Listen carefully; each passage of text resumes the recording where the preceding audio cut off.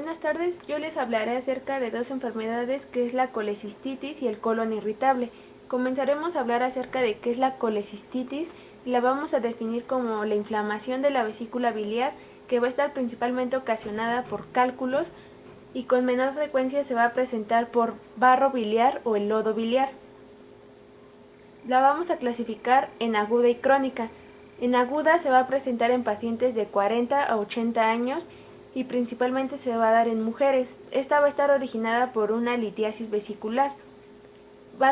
Vamos a hablar acerca de la crónica, que esta va a ser secundaria a una colecistitis aguda. No va a tener ningún antecedente de alguna colecistitis aguda previa. Hablando ya de la colecistitis aguda, vamos a tener que se va a dividir en tres etapas, la etapa 1, 2 y 3.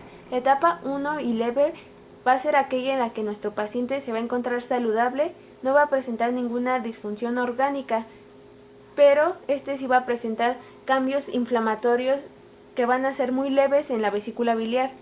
Además, en este paciente se va a poder practicar la colecistectomía, que va a ser un procedimiento quirúrgico en el cual se extrae la vesícula biliar. En la etapa 2, o también llamada moderada, en ella se va a dar un aumento elevado de los leucocitos, que aumento va a ser de 18.000, más de 18.000. También se va a encontrar a la vesícula biliar palpable, y esta se va a encontrar en el cuadrante superior derecho del abdomen. Aquí vamos a encontrar una masa. La duración del cuadro clínico va a ser mayor a 72 horas y además se va a mantener la inflamación de manera local. Finalmente, en la etapa 3 o grave es en la que sí vamos a encontrar ya una disfunción orgánica, y esta puede ser cardiovascular, respiratoria, neurológica, renal, hepática o hematológica. Hablando acerca de la fisiopatología, vamos a tener que esta colecistitis se va a dar por dos principales razones. La primera va a ser por una obstrucción en el conducto cístico y la segunda va a ser por un aumento en la saturación de las sales y el ácido biliar. Estos dos procesos van a favorecer a que la vesícula cambie su función de vesícula secretor a vesícula absortiva. Principalmente vamos a hablar acerca de la obstrucción del conducto cístico porque es la razón por la que más se da esta colecistitis. Bueno, vamos a comenzar que la obstrucción del conducto cístico va a provocar un proceso inflamatorio, va a ser dada por un proceso inflamatorio, y vamos a tener la presencia de la lisolecitina, las prostaglandinas y también el factor activador de las plaquetas. Esto va a dar el proceso inflamatorio. También se puede dar una isquemia que va a ayudar a que se dé como secundaria una infección bacteriana, va a dar la proliferación bacteriana, que esta puede ser como una complicación de la colecistitis.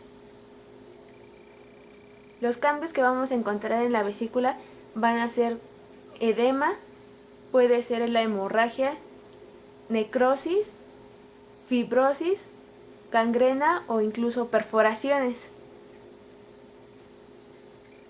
Hablando del diagnóstico, lo que vamos a necesitar para el diagnóstico va a ser nuestro cuadro clínico, la exploración física, los estudios de laboratorio y gabinete, además de nuestra historia clínica, que es fundamental.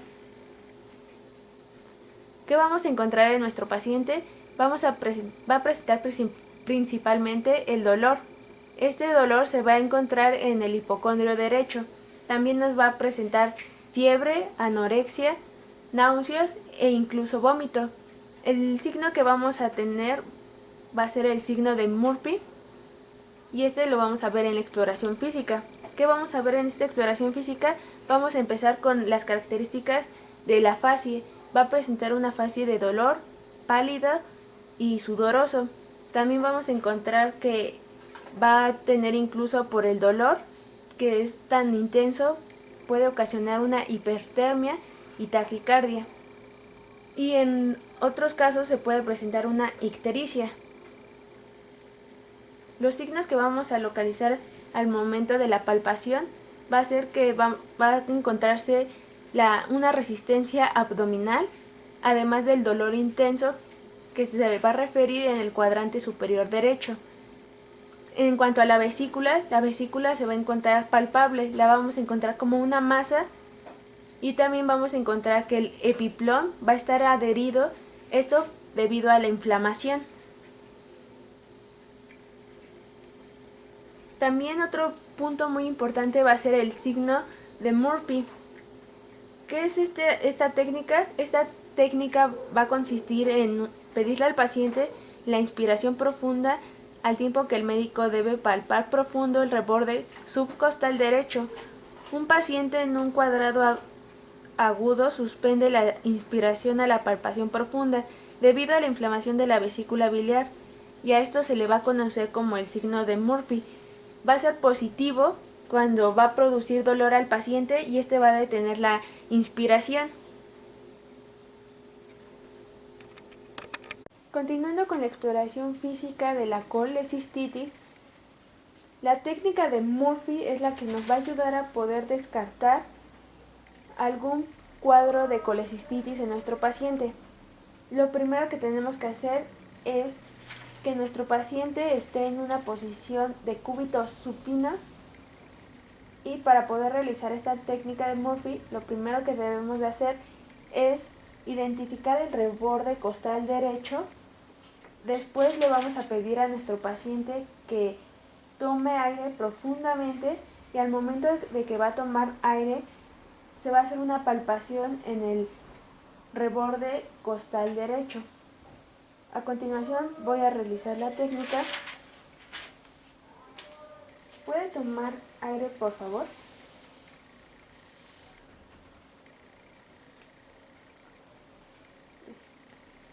Un signo positivo a colecistitis va a ser aquel en el que nuestro paciente va a manifestar disnea y dolor al momento de hacer la palpación. Esto nos indicaría que el cuadro que nos presenta el paciente va a ser una colecistitis. Bueno, esto sería todo y continuamos con la exploración física. Ahora, como ya explicamos la técnica, vamos a seguir con la percusión. En la percusión vamos a hablar acerca de que al momento de realizar la puño percusión vamos a encontrar dolor que nos va a referir el paciente en el dorso derecho. Hablando de los estudios de laboratorio, lo que vamos a encontrar en la biometría hemática va a ser la elevación de los leucocitos, una hiperbilirrubinemia directa de manera leve y algunos de los aspectos que nos van a ayudar a qué tan grave está en la situación de nuestro paciente va a ser por el aumento de las fosfatasa alcalina, las transaminasas y la amilasa. En cuanto al diagnóstico del ultrasonido, aquí vamos a poder también diferenciar al signo de Murphy sonográfico. Este va a ayudar o este se va a encontrar porque va a comprimir a la vesícula biliar con la sonda nasográfica. La distensión vesicular también se va a encontrar y se van a dar que la vesícula se va a encontrar sus dimensiones aumentadas. En cuanto a longitud, va a estar mayor a 8 centímetros y de ancho va a ser mayor a 4 centímetros. Esto nos va a hablar de un proceso inflamatorio y va a ser debido a una obstrucción de la vesícula. También se va a dar un engrosamiento de la pared vesicular y esto le va a dar cierto espesor. Este va a ser mayor a 3 milímetros. Hablando de la gammagrafía biliar, vamos a tener que en ella también vamos a encontrar que la vesícula va a estar más, sus dimensiones van a aumentar. Va a ser las mismas dimensiones que se vieron en el anterior.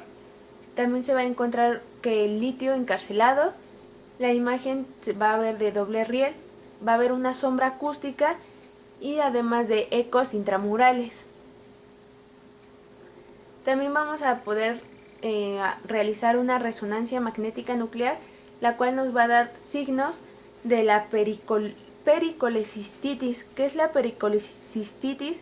Va a ser una inflamación del tejido celular que rodea la vesícula biliar. También vamos a encontrar aquí un alargamiento de la vesícula, además de un engrosamiento de la pared. Otro estudio que podemos realizar va a ser una tomografía axial computarizada, en la cual también vamos a observar un engrosamiento de la pared de la vesícula, además del alargamiento de la vesícula y de la densidad de esta. Bueno, ahora vamos a hablar acerca de el síndrome de intestino irritable. Este lo vamos a definir como la afección crónica de dolor o molestia abdominal que se va a asociar al hábito intestinal, que va a durar al menos 3 días por mes en los últimos 3 meses sin causa orgánica que lo justifique. Van a ser alteraciones en el hábito intestinal, que estas van a durar menos de 3 días por mes y este se va a presentar en un lapso de 3 meses. En cuanto a su clasificación, de acuerdo al patrón de sus hábitos defecatorios, los vamos a clasificar. Los primeros con constipación. Estos van a ser aquellos que van a presentar heces duras, más duras que las deposiciones disminuidas de consistencia. Estas van a ser menos de 25%. Luego vamos a tener a los que van a presentar diarrea y las deposiciones van a ser disminuidas de consistencia. Estas van a ser mayores a las heces que se van a presentar duras. Y finalmente el mixto, en el cual se van a presentar de la misma forma tanto heces duras como deposiciones disminuidas en consistencia. En cuanto a la fisiopatología, vamos a tener diferentes razones por las cuales se va a dar este síndrome. En cuanto a los factores genéticos, este se va a dar debido a que va a haber una menor producción de la interleuquina 10.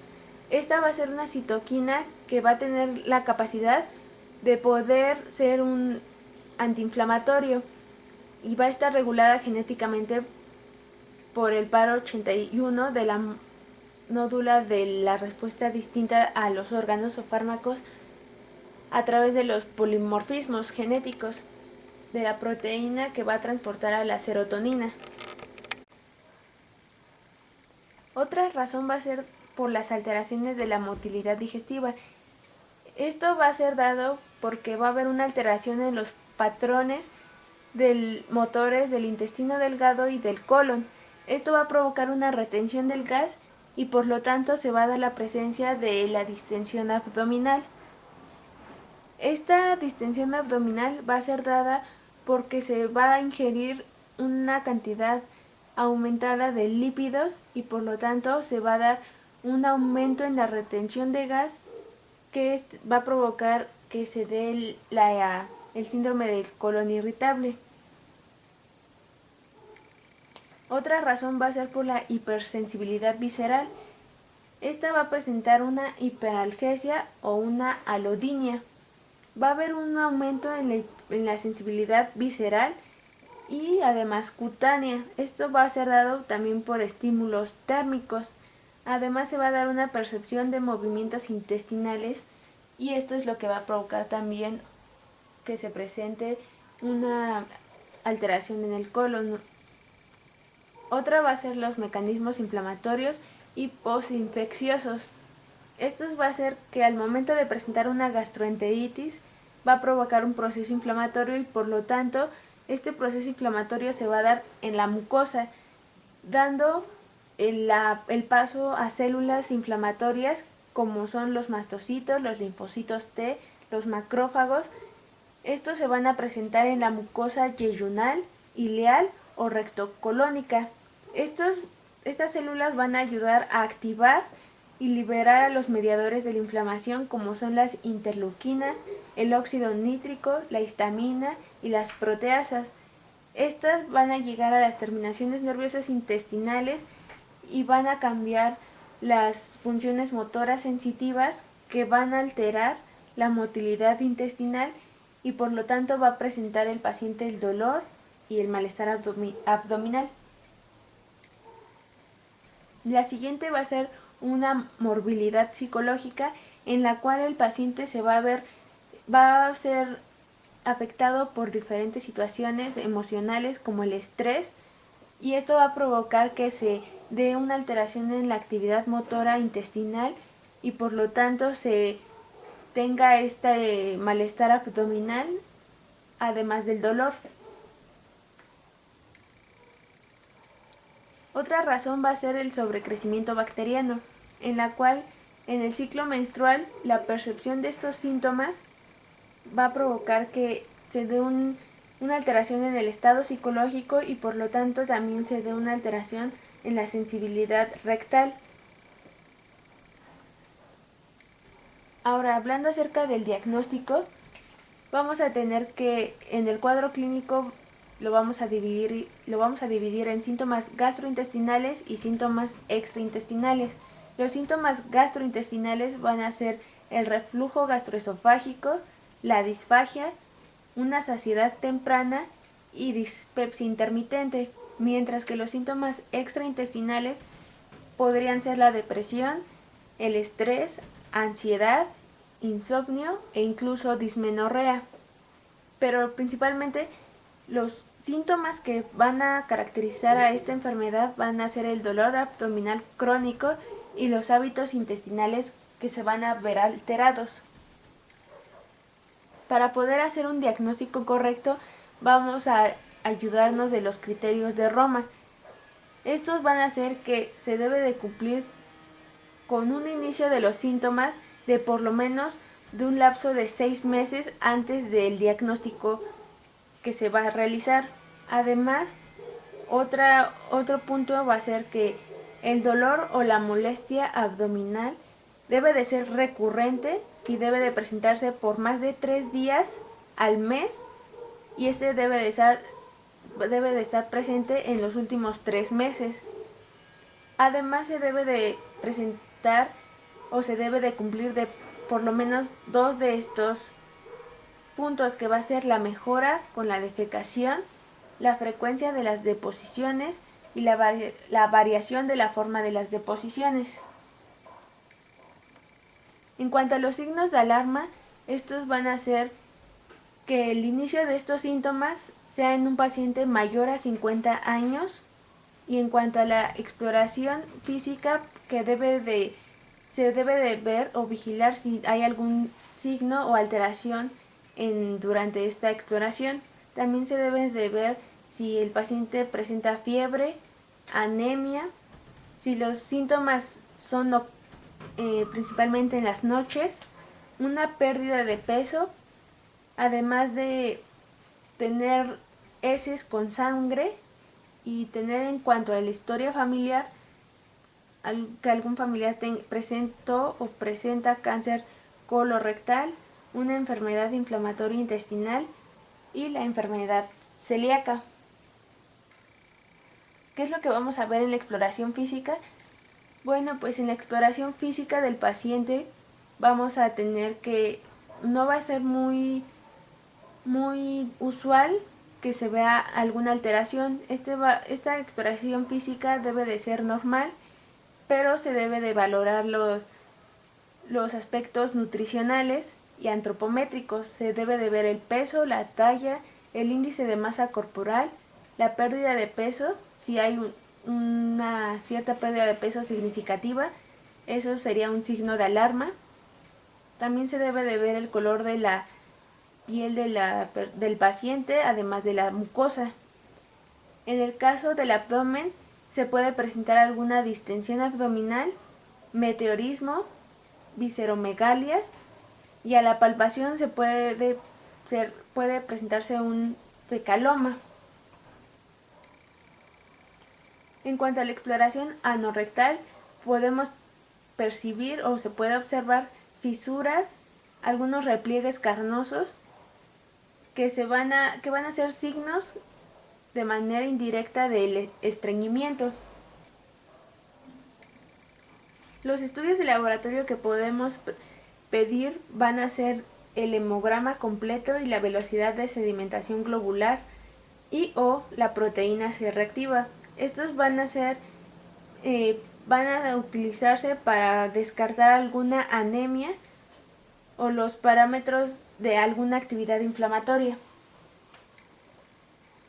En cuanto a la exploración física, Cuando sean personas mayores de 40 años, se les recomienda realizar una fibrocolonoscopía, esto con el propósito de excluir de nuestro diagnóstico alguna neoplasia del colon, y en jóvenes se recomienda debido a que presentan diarreas persistentes y que se pueda descartar una enfermedad intestinal inflamatoria. Bueno, esto sería todo y gracias por su atención.